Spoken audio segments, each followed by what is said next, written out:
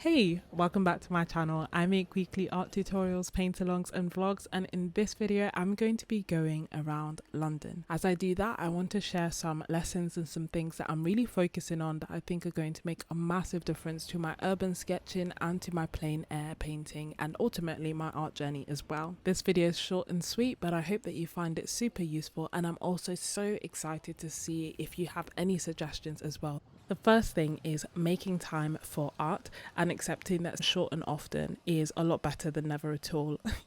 Waiting for that time where you have the whole day to paint.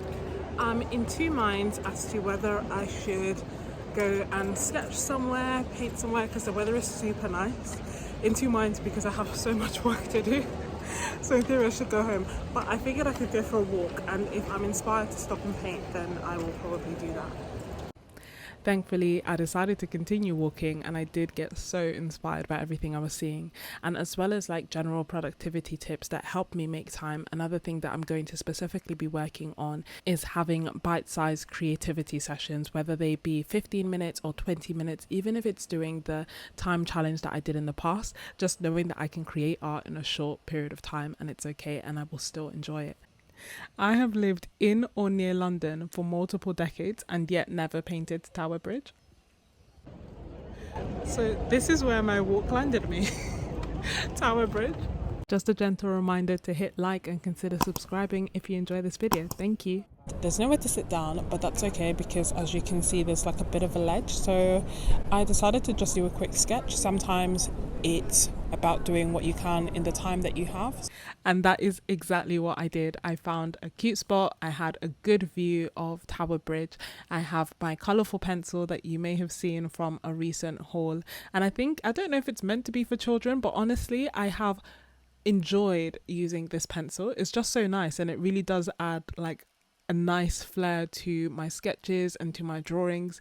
You can kind of control what colors come out, but equally you could just let the pencil randomly select the color that you're drawing with. So it's definitely been a lot of fun to learn and to experiment with it, and at times like this when I know that I don't have a lot of time, it has worked a treat. Sometimes all you need is a piece of paper and a pencil or a pen to get what you want done. Other things that I have been doing to help my urban sketching journey and habits that I want to evolve, one of them is exactly this: drawing more. I feel like drawing is a good foundation for painting. Drawing is a good skill to have as a whole, especially drawing more from life and doing complete drawings that don't necessarily need to be paintings. I really do think that working on that is going to really improve both my painting and my urban sketching. That looks good already. Thank you. Sometimes less is more, and as well as focusing more on drawing, I also want to like learn how to not always complete a piece. It's okay to sketch sometimes, and that's very much encouraged, and it's completely fine, and that's something that I'm definitely going to be working on in the future.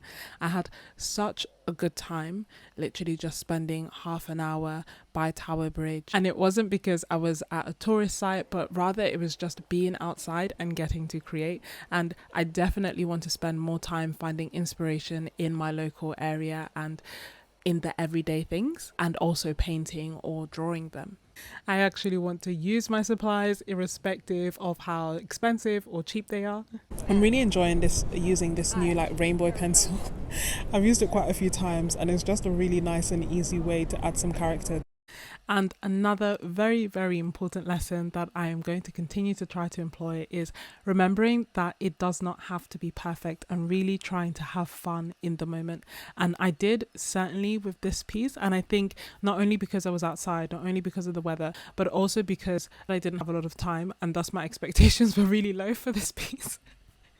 But I really, really, really like the final results. Like, it just felt so playful and so nice, and it just brings back memories of the day.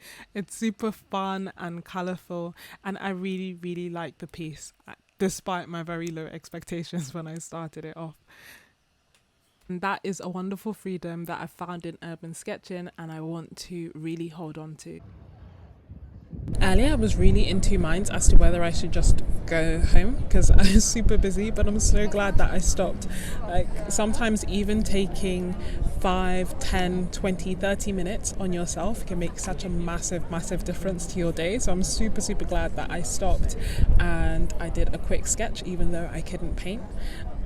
I'm learning lots about urban sketching and plein air painting, and as I continue to do so, I continue to share it. So if you want to see more of my travels or you want to learn more about urban sketching, then definitely check out the videos in the playlist at the end. If you're still watching, then you are most definitely a real MVP, and I really appreciate you.